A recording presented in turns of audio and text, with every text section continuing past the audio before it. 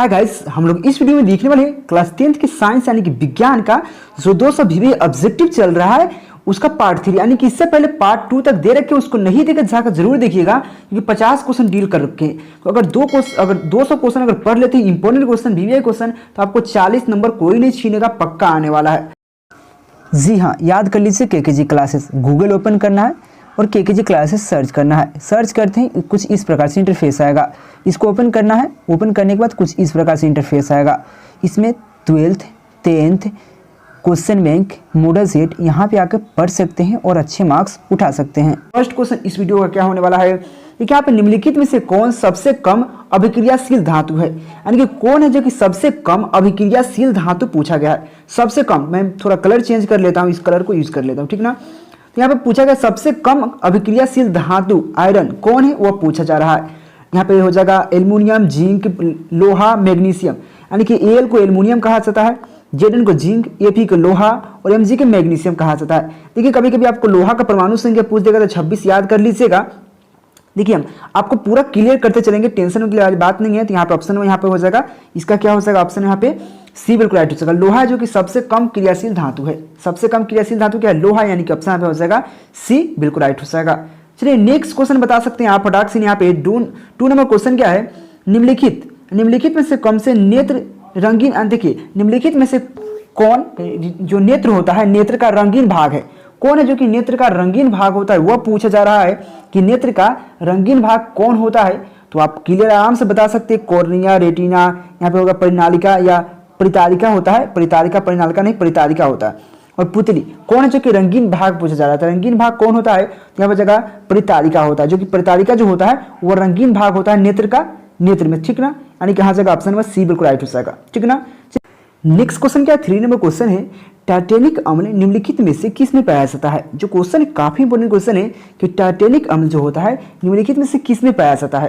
Please channel को subscribe करके bell icon दबा दीजिएगा क्योंकि आपको 10th क्लास का फुल्ली तैयारी हो सकेगा यहाँ पे इस चैनल पे केकेजी स्टडी पे, ठीक ना। जो टाइटेनिक अम्ल किस में पाया जाता है, टमाटर में, संतरा में, सिरका में, इमली में। तो इसका करेक्ट जो ऑप्शन हो जाएगा सिरका में, यानी कि सिरका में जो होता है टाइटेनिक अम्ल पाया जाता है, यानी कि यहाँ पर हो जाएगा ऑप्शन में सी बिल्कुल राइट हो जाएगा। ये क्वेश्चन काफी बार पूछा गया है। चलिए नेक्स्ट क्वेश्चन की बात करें, यहाँ पे 4 नंबर क्वेश्चन है, निम्नलिखित में से यानी कि निम्नलिखित में कौन विद्युत का सुचालक है, यानी कि निम्नलिखित में कौन है जो कि विद्युत का सुचालक है, यानी कि वो चालक विद्युत का चालन करता है। सल्फर, क्लोरीन, ग्रेफाइट, आयोडाइड, यहाँ पे आयोडीन है। देखिए सबसे जो अच्छा है कि विद्युत का चालक की बात करें, जो यहाँ पे ऑप्शन दिया है उसमें बात कर रहे हैं हम। तो सबसे जो यहाँ पे विद्युत का चालन कौन करता है, मतलब अपने से विद्युत को प्रवाहित कौन है जो कि होने देता है, यानी कि उससे विद्युत प्रवाही हो सकता है। तो कौन है, तो ग्रेफाइट, यानी कि ऑप्शन में सी बिल्कुल राइट हो जाएगा। क्योंकि जो ग्रेफाइट होता है, तो आपको ग्रेफाइट बताने का प्रयास करूँ, आपके भी आसपास में ग्रेफाइट होगा। बोलिए कैसे, आप भी यूज किए होइएगा, बोलिए कैसे। आप काट पेंसिल यूज करते हैं, जो हम लोग जिसको पेंसिल बोलते हैं, कट पेंसिल जिसको बोला जाता है, उसका जो नोखी होता है जो हम जिससे लिखते हैं वो बेसिकली ग्रेफाइट का बना होता है। उससे आराम से अगर दोनों तरफ से कट पेंसिल को छील दीजिए, इधर से करंट पैदा, इधर से करंट जोड़ दीजिए तार को, इधर से बॉल मार सकते हैं, यानी कि उससे करंट प्रवाहित कर सकते हैं। वही होता है विद्युत का चालन कौन करता है, तो ग्रेफाइट करता है। चलिए नेक्स्ट क्वेश्चन की बात कर लेता हूँ। यहाँ पे 5 नंबर क्वेश्चन है, देखिए निकट दृष्टि दोष को निम्नलिखित में से किस लेंस के द्वारा हटाया जाता है। देखिए यह क्वेश्चन पर आपको ट्रिक समझा देंगे, आप कभी भूल भी नहीं कीजिएगा। एक होता है निकट दृष्टि दोष, एक होता है दूर दृष्टि दोष। उसमें बच्चे कंफ्यूज होता है कि उत्तल लेंस होगा या अवतल लेंस होगा, कंफ्यूज होता है ना। तो आपको हम ट्रिक समझा देते हैं यहाँ पे। जब निकट दृष्टि दोष, देखिए सबसे पहली बात, निकट दृष्टि दोष और दूर दृष्टि दोष, उसमें आंसर होता है उत्तल या अवतल। पहला बात ये 2 गलत हो जाता है, यहाँ पे बाइफोकल और बेलनाकार 2 गलत, यानी कि सबसे पहले तो दोनों होगा नहीं, होगा तो हो उत्तल या अवतल, दोनों ही इसी में से एक होगा। लेकिन इसी में से कंफ्यूजिंग कर देता है कि उत्तल होगा या अवतल, यह कंफ्यूजन रहता बच्चा। तो आज ट्रिक समझ लीजिए, दूर कितने अक्षर से लिखाता है, तो 2 अक्षर से। निकट कितने अक्षर से लिखाता है, निकट 3 अक्षर से, यानी कि 1 अक्षर बढ़ा दीजिए ना तीनों में, दोनों में, यानी कि 3 अक्षर से लिखाएगा तो 4 अक्षर में जाइए, और 2 अक्षर में लिखाएगा तो 3 अक्षर में जाइए। यानी कि निकट कितने अक्षर से लिखाया, 3 अक्षर, यानी कि हो जाएगा अवतल। अवतल देखिए 4 अक्षर से लिखाया है। अगर यहीं पे दूर दृष्टि दोष के निवारण की बात करता तो यहाँ पे क्या हो जाता है, उत्तल हो जाता है। क्योंकि देखिए दूर या दीर्घ वही बात होता है। दीर्घ भी लिख के देख लीजिए, दीर्घ भी 2 अक्षर से लिखाता है, यानी कि 3 अक्षर में जाना पड़ेगा, यानी कि उत्तल में जाना पड़ेगा। याद होगा कि नहीं, आपको समझा कि नहीं कि मैंने क्या कहा, जब निकट की बात करें तो निकट कितने अक्षर से दिखाया गया है, तो 3 अक्षर से, यानी कि औतन यानी कि 4 अक्षर में जाना पड़ेगा। और यहाँ पे दूर दृष्टि दोष की बात रहता तो कहाँ पर जाना पड़ता, उत्तर में, क्योंकि यहाँ पे 2 अक्षर से लिखाया था, यहाँ पे 3 अक्षर में जाना पड़ेगा, यानी कि 1 अक्षर बढ़ा देना है। यह ट्रिक होता है समझने का। यह क्वेश्चन काफी इंपॉर्टेंट है, यानी कि ऑप्शन यहाँ पे बी बिल्कुल राइट हो जाएगा। क्या हो जाएगा, बी बिल्कुल राइट हो जाएगा। चलिए नेक्स्ट क्वेश्चन की बात करें प्लीज। हाँ, इसका अगर पीडीएफ चाहिए ऑल सब्जेक्ट का, एक संस्कृत का भी पता नहीं, लेकिन आपको ऑल सब्जेक्ट चाहिए, science, social science, Hindi, maths का अगर पीडीएफ चाहिए तो मेरा एक नंबर है 9117823062 इस पर आपको क्या करना है, मैसेज करना है। वहाँ पर जरूर लिखना है आपको 10th का पीडीएफ चाहिए, वहाँ पर लिखना है 10th का पीडीएफ चाहिए, आपको मिल जाएगा, ठीक है ना। नेक्स्ट क्वेश्चन देखिए 6 नंबर क्वेश्चन क्या है, पौधे में जनन अंग कहाँ पाया जाता है। जो पौधा होता है उसमें जनन जो अंग होता है वह कहाँ पाया जाता है, तना में, जड़ में, पुष्प में, फल में। तो देखिए जो यहाँ पे पौधे में जो जनन अंग की बात कहा जाता है तो कहाँ पाया जाता है यह पूछा गया है। तो इसका जो करेक्ट ऑप्शन जो हो जाएगा सी, पुष्प में। पुष्प जो होता है, पुष्प जिसको फूल भी कहा जाता है, पुष्प फूल, उसी में होता है जनन अंग पाया जाता है, उसी से मतलब दूसरा का जनन होता है, मतलब जन्म होता है, दूसरे पौधे का जन्म होता है। इसका कहने का मतलब यह है, यानी कि ऑप्शन यहाँ पर सी बिल्कुल राइट हो जाएगा। चलिए अगर नेक्स्ट क्वेश्चन की बात कर लेता हूँ, यहाँ पे 7 नंबर क्वेश्चन है। देखिए आमीटर में क्या कहा, आमीटर में निम्नलिखित में से, मतलब निम्नलिखित में किसे मापा जाता है, यानी कि आमीटर जो होता है जिसको ए मीटर भी कह सकते हैं, तो आमीटर से निम्नलिखित में किसको मापा जाता है, मतलब किसको माप सकते हैं आमीटर को, यानी कि धारा को, आवेश को, विभव को, विद्युत शक्ति को। तो आमीटर के द्वारा किसे मापा जाता है वह पूछा गया क्वेश्चन है, काफी इंपॉर्टेंट क्वेश्चन है, बहुत इंपॉर्टेंट क्वेश्चन है। तो आमीटर से हम धारा माप सकते हैं, यानी कि ऑप्शन पे ए बिल्कुल राइट हो जाएगा। क्या हो जाएगा, करंट को माप सकते हैं एमीटर से, यानी कि ऑप्शन पे ए बिल्कुल राइट हो जाएगा। चलिए अगर नेक्स्ट क्वेश्चन की बात करें, प्लीज चैनल को जरूर सब्सक्राइब कर लीजिएगा, इतना गारंटी आप ऑब्जेक्टिव सब्जेक्ट सब पढ़ा देंगे यार, जो भी पूरा आप कहें ना, आप आराम से 400 450 नंबर ला सकते हैं पढ़िएगा। तो ये एक भी वीडियो स्किप नहीं करना आपको, और चैनल को सब्सक्राइब करके और बेल आइकन दबा के और वीडियो को शेयर कर देना।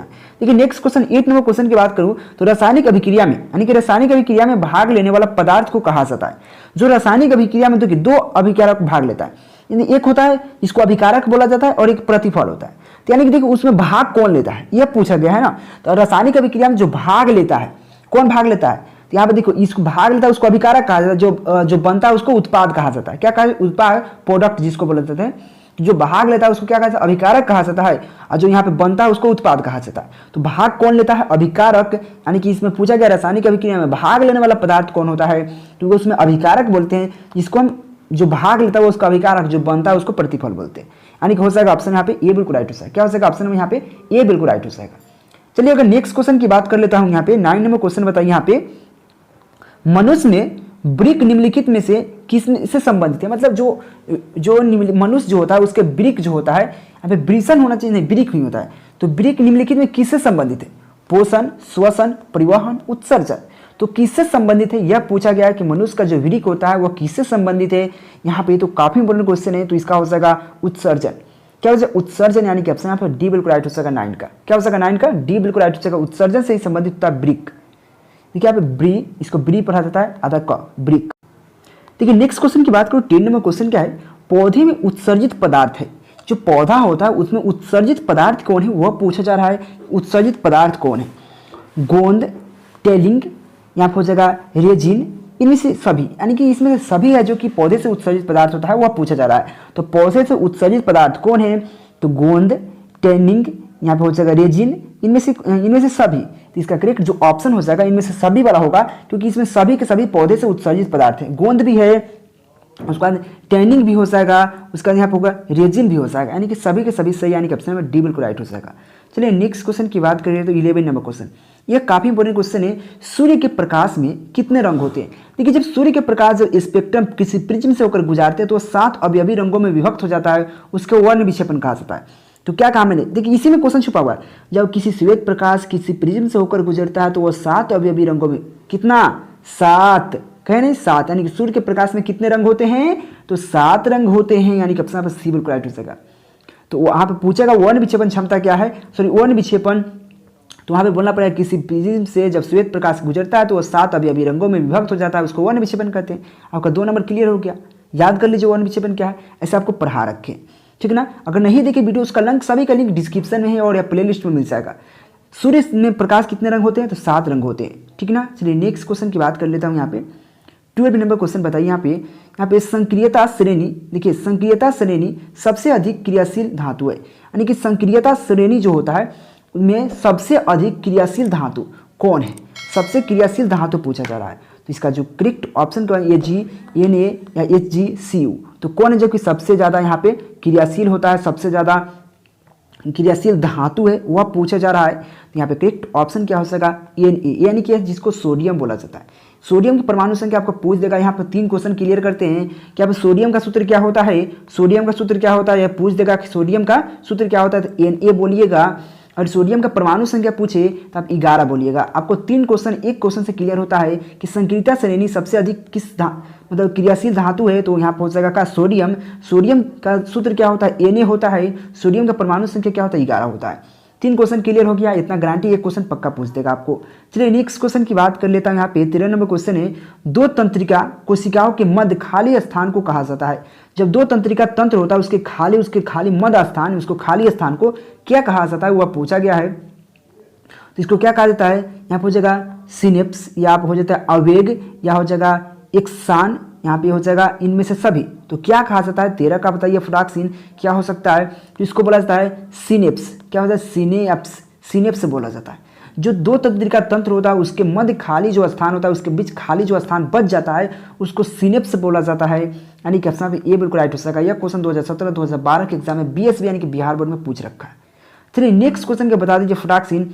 प्लीज़ चैनल को सब्सक्राइब करके अगर PDF चाहिए, अगर इंपॉर्टेंट क्वेश्चन का, तो 9117 82 30 62 में मैसेज कर लेना है, आपको PDF मिल जाएगा। उसको PDF के पढ़कर 400 प्लस आराम से कर सकते हैं। चलिए देखिए 14 नंबर क्वेश्चन क्या है, आँख व्यवहार होता है, जो आँख का व्यवहार होता है, मतलब यहाँ पे पूछता है जो आँख जो होता है, हमारा आँख जो होता है, नयन नेत्र जिसको कह सकते हैं, तो वह जो व्यवहार करता है, कैसा व्यवहार करता है, उत्तल दर्पण की तरह, अवतल दर्पण की तरह, समतल दर्पण की तरह, इनमें से कोई नहीं।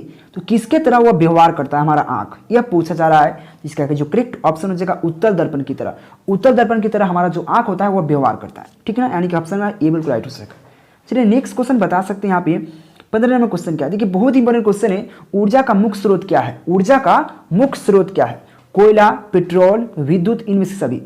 हम लोग ऊर्जा कहाँ से प्राप्त करते हैं, हम लोग ऊर्जा कहाँ से प्राप्त करते हैं, ऊर्जा का मुख्य स्रोत क्या है, हम लोग कहाँ से लेते हैं, यह पूछा जा रहा है। कोयला क्या है, एक ऊर्जा का स्रोत है।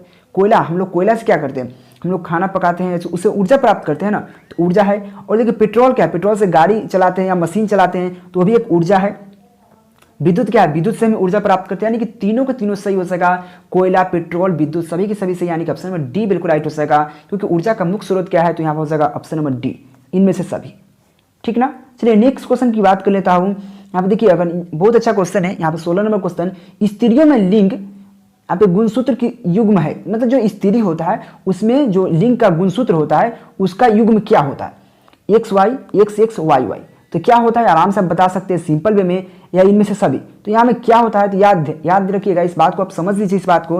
देखिए कितना आदमी जो होता क्या है, किसी के घर में बेटी जन्म ले लेता है तो उसको क्या कहा जाता है कि इसकी माँ का दोष है, लेकिन बिल्कुल गलत हो जाता है, उसके पिता का दोष होता है। क्योंकि पिता के अंदर जो होता है XY जो गुणसूत्र पाया जाता है, लेकिन माँ के अंदर जो होता है XX गुणसूत्र पाया जाता है। लेकिन जो Y जो गुणसूत्र होता है वही निर्धारण करता है कि इसके मतलब गर्भ में क्या होने वाला है, या बेटा या बेटी, वही निर्धारण करता है। यानी कि उसके पिता का दोष होता है, ऐसा नहीं कि उसकी माता का दोष होता है।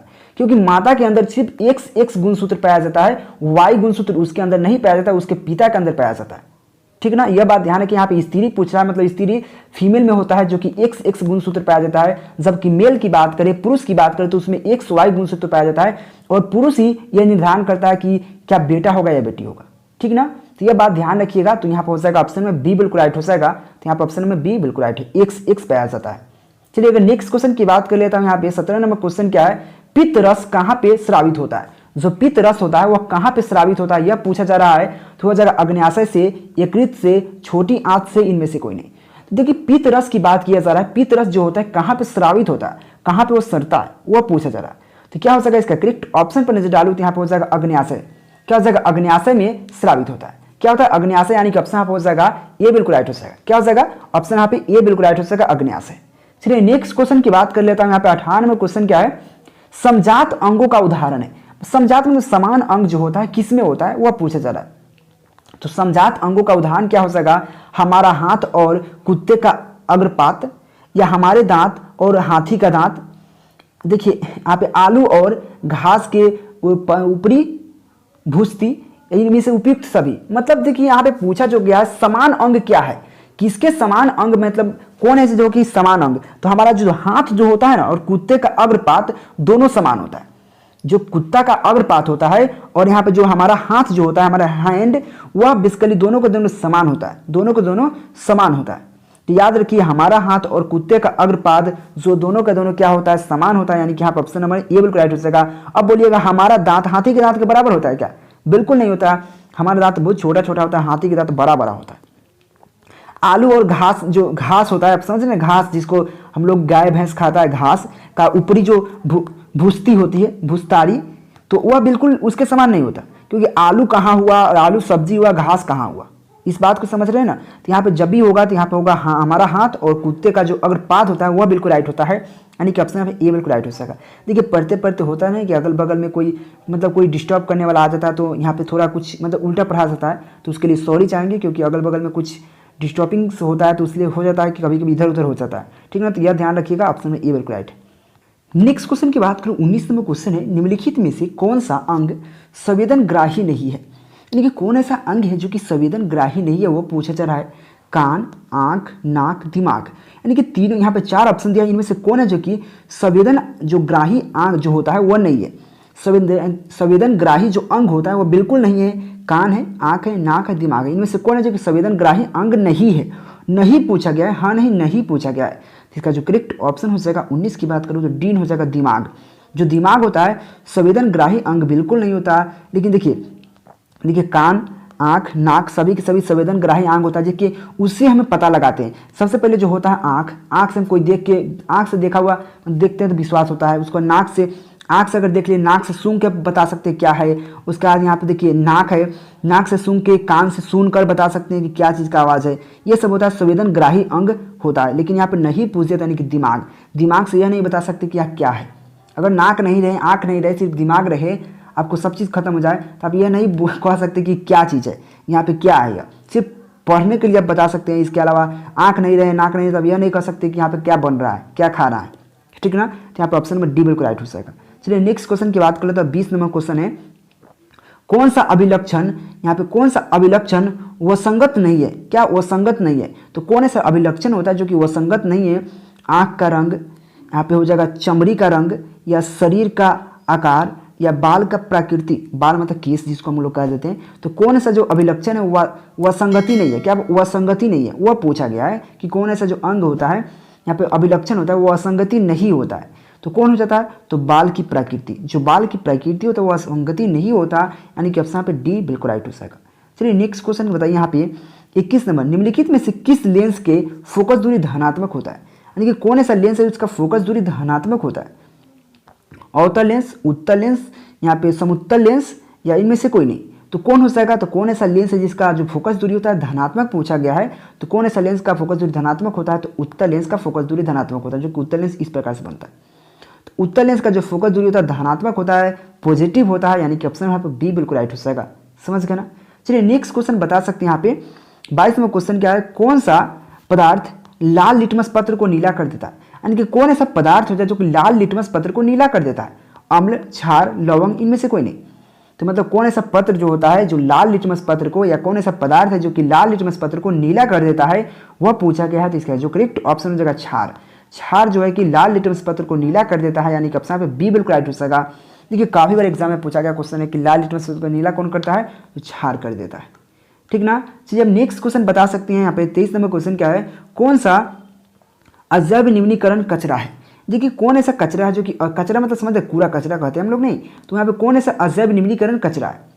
तो यहाँ पे बता देना है आपको फटाक से, इनके अजैव निम्नीकरण कचरा कौन है। तो यहाँ पर हो जाएगा टिंकू पेपर, या टिश्यू पेपर जिसको कह सकते हैं, टिश्यू पेपर, या केले का छिलका, या हो जाएगा थर्मोकोल, इनमें से कोई नहीं। तो यहाँ पे देखिए टिश्यू पेपर जो होता है, हम लोग यहाँ पे टिश्यू पेपर यूज़ करके फेंक देते हैं, या केले का जो छिलका होता है वह, या थर्मोकोल, कौन है जो कि अजैव निम्नीकरण कचरा है, कचरा को है पूछा गया। तो कौन हो जाएगा? यहाँ पे हो जाएगा थर्मोकोल। थर्मोकोल जो होता है कि अजैव निम्नीकरण कचरा होता है, यानी कि यहाँ हो जाएगा ऑप्शन में यहाँ पे हो जाएगा सी बिल्कुल राइट हो जाएगा, ठीक ना। क्योंकि यहाँ पे सड़ता नहीं है, थर्मोकोल सड़बे नहीं करेगा ना, अजैव निम्नीकरण है। अगर इसमें टिश्यू पेपर की बात करें तो वो कागज का होता है, वो सड़ जाएगा। और यहाँ पे केले की छिलका की बात करें वो भी सड़ के वो मिट्टी बन जाता है। लेकिन यहाँ पे थर्मोकोल बिल्कुल नहीं सड़ता, यानी कि अजैब न्यूनीकरण है। यानी कि जिसको जैसे प्लास्टिक हुआ, कोई भी प्लास्टिक उसको जला दीजिएगा, कितना माटी में कितना दिन रह जाएगा, लेकिन उसको कोई फर्क नहीं पड़ता। यानी कि ऑप्शन हो जाएगा सी बिल्कुल राइट हो जाएगा। चलिए अगर नेक्स्ट क्वेश्चन की बात करें, यहाँ पे 24वां क्वेश्चन क्या है, यहाँ पे पुष्प का नर जनन अंग कहलाता है। जो पुष्प होता है उसका नर जनन अंग क्या कहलाता है वह पूछा जा रहा है। तो क्या हो जाएगा, पुंकेसर या जयांश या पंखुड़ी, इनमें से कोई नहीं। तो कौन है जो कि पुष्प का जो नर जनन अंग कहलाता है, जो इसका करेक्ट ऑप्शन हो जाएगा, तो यहाँ पर हो जाएगा पुंकेसर। जो पुंकेसर होता है उसी को यहाँ पे नर जनन अंग कहा जाता है पुष्प में। यानी कि ऑप्शन पे ये बिल्कुल राइट हो जाएगा। चलिए नेक्स्ट क्वेश्चन बता सकते हैं, इसका पीडीएफ चाहिए तो कहाँ मिलेगा। मेरा एक नंबर है 9117823062, उस पर आपको ऑल सब्जेक्ट का 823062, उस पर आपको ऑल सब्जेक्ट का पीडीएफ मिल जाएगा, जिससे पढ़कर इंपॉर्टेंट क्वेश्चन ऑब्जेक्टिव सब्जेक्ट सब मिलेगा, जिससे पढ़कर आराम से 400 प्लस कर सकते हैं। यानी कि फर्स्ट कोई छीनेगा नहीं। 25वां क्वेश्चन क्या है, निम्नलिखित में से कौन सा जीवाणु जनित रोग नहीं है। यानी कि निम्नलिखित में कौन है जो कि जीवाणु जनित रोग नहीं, यानी कि जीवाणु से उत्पन्न होने वाली रोग नहीं है, वो पूछा जा रहा है। तो क्या हो सकता है, गोनेरिया, फिसिलिस या हो जाएगा मस्मा, या इनमें से सभी। यानी कि कौन है जो कि इसमें से मतलब जीवाणु जनित रोग नहीं है, कौन है जो कि जीवाणु जनित रोग नहीं है। इसका करेक्ट ऑप्शन हो जाएगा मस्मा। क्या हो जाएगा, मस्मा। यानी कि ऑप्शन आप हो जाएगा सी बिल्कुल राइट हो जाएगा। जो मस्मा है जो कि जीवाणु जनित यानी कि जीव से उत्पन्न होने वाले रोग बिल्कुल नहीं है, यानी कि ऑप्शन पर सी बिल्कुल राइट हो जाएगा। ठीक ना। अगर इसका पीडीएफ चाहिए, इसके बाद आंसर आता है, आंसर के साथ पीडीएफ मिलता है आपको। तो पीडीएफ कहाँ मिलेगा, 9117 आपको 12 बता रहे हैं, 9117823062 पर मैसेज करके आपको पीडीएफ लेना है। वहाँ पर जरूर लिखना है कि आपको 10th का पीडीएफ चाहिए। ठीक ना। तो वीडियो को सरकार जरूर देगा, नए चैनल को सब्सक्राइब करके बेल आइकन जरूर दबाइएगा, 2-4 को शेयर मार दीजिए तो फटाक से शेयर कर दीजिए। चलिए थैंक यू। क्या आप 10th और 12th में अच्छा नंबर लाना चाहते हैं तो गूगल प्ले स्टोर ओपन कर लीजिए। ओपन करके केकेजी क्लासेस का ऐप इंस्टॉल करके ओपन कर लीजिए। ओपन करने के बाद कुछ इस प्रकार से इंटरफेस आएगा। यहाँ पर 10th और 12th का ऑल सब्जेक्ट पढ़ सकते हैं और अच्छा नंबर उठा सकते हैं।